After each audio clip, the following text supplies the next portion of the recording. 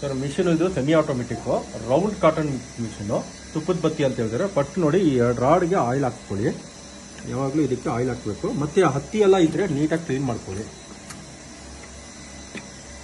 First ಏನು ಮಾಡಬೇಕು, switch on ಮಾಡಬೇಕು.